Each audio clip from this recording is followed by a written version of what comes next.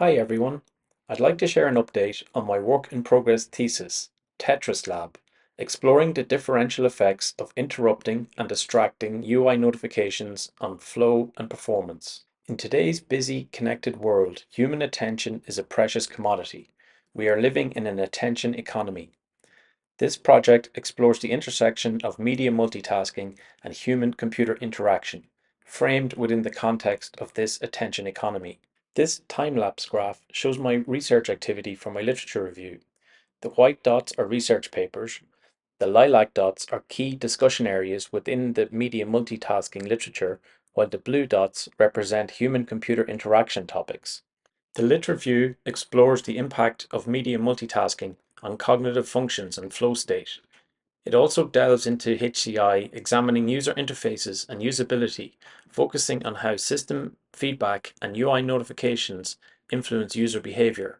Media multitasking has become ubiquitous as individuals engage with multiple digital media forms simultaneously, driven by constant alerts and notifications. This behavior often results in stress and reduced productivity. Research shows that media multitasking negatively impacts cognition, reduces comprehension, and increases error rates. Heavy media multitaskers are more affected by irrelevant stimuli and experience greater cognitive performance loss than lighter media multitaskers. The Media Multitasking Index and Media Multitasking Questionnaire were developed to identify heavy and light media multitaskers. Flow is a psychological state of deep immersion and focus, characterized by a sense of control and intrinsic motivation. It requires high concentration and a balance of challenge and skill, and can lead to increased creativity and productivity. Media multitasking and flow represent contrasting states of attention and engagement. While flow enhances cognitive efficiency, media multitasking fragments attention, reducing performance. The flow state scale is a tool used to measure the flow experience.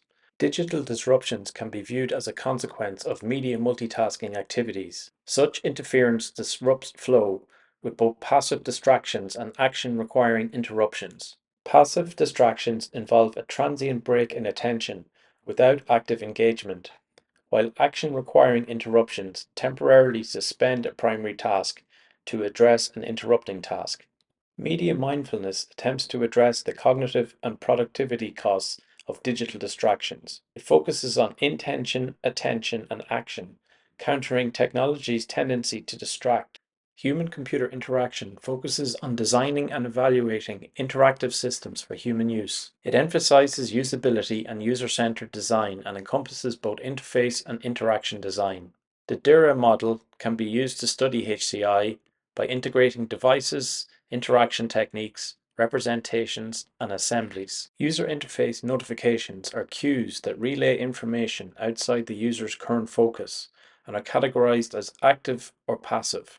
Active notifications are intrusive, demanding immediate attention, while passive notifications are subtle, conveying non-critical information.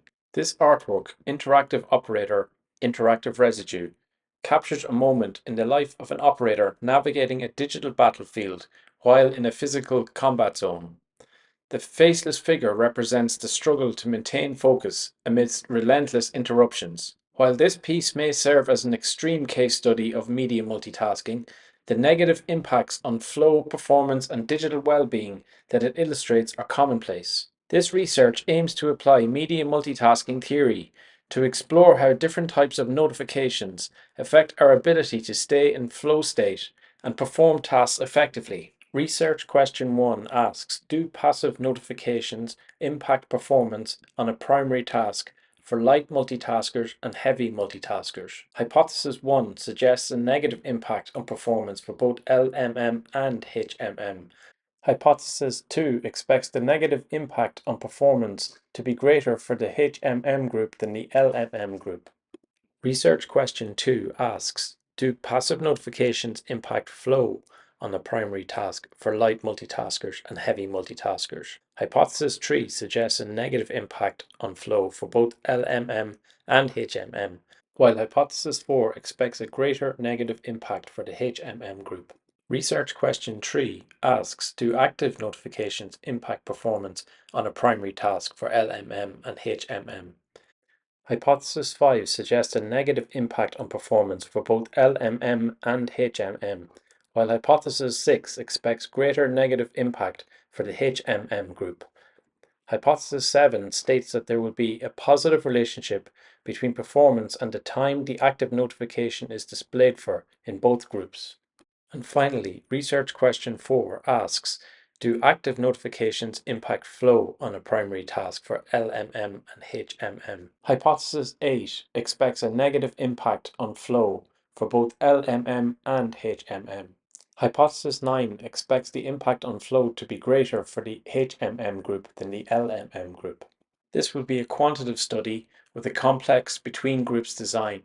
Independent variables will comprise of the media multitasking index with its 2 levels, heavy and light, and interference with 3 levels, no interference, passive notifications, and active notifications. The dependent variables will be flow state as measured by the flow state scale, and performance measured by primary task score and time on task. Pre-task, participants will complete the media multitasking revised questionnaire. During the task stage, participants will be divided into 3 groups. A control group will complete a primary task without any interference.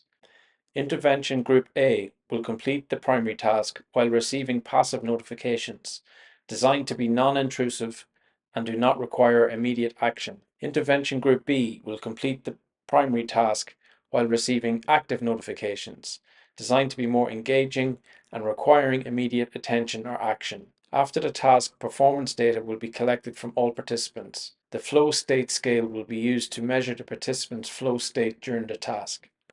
150 students from IADT's undergraduate population have been recruited for the main study. This group will be divided evenly across the 3 cohorts.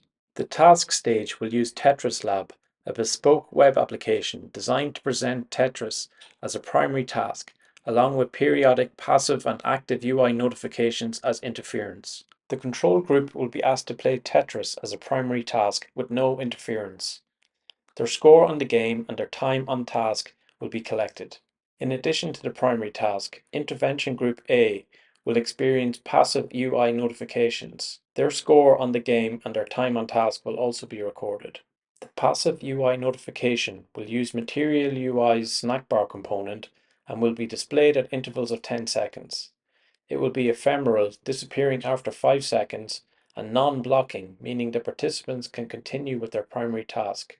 Intervention Group B will experience the primary task along with active UI notifications. In addition to their score and time on task, their delay on active notifications will also be recorded.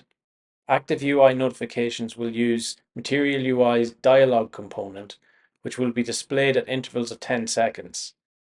The notification will be blocking, causing the primary task to be paused and requiring the user to acknowledge the prompt to proceed. Data from the study will be exported from TetrisLab's database to SPSS. A two-way ANOVA will be used to estimate the mean of change in the dependent variables performance and flow according to the levels of independent variables, media multitasking, and interruption. This project adheres to the relevant ethical standards and has been approved by the IADT Psychology Ethics Committee. At this point, my draft literature review is complete. The application, design and development has been concluded and participants have been recruited. A pilot study is currently underway to verify and validate the stages of pre-task, task and post-task. Liam has been supervising me throughout these milestones. We meet regularly to exchange ideas, set schedules and review drafts. The main study will take place on the 17th of February. Data collection and analysis will follow in early March before the final dissertation will be submitted on the 30th of April. A number of candidates for future research have been identified. As increased task complexity requires additional cognitive resources, it can be a predictor of performance. Further studies are needed to consider this fact. Visual working memory performance has been found to peak at age 20 and to decline afterwards with age. A broader study across a wider population is needed to account for variables such as this. And just one last thing. The pilot version of the Tetris task is live now at tetrislab.study. Everyone is invited to participate, so please check it out, and I look forward to your feedback.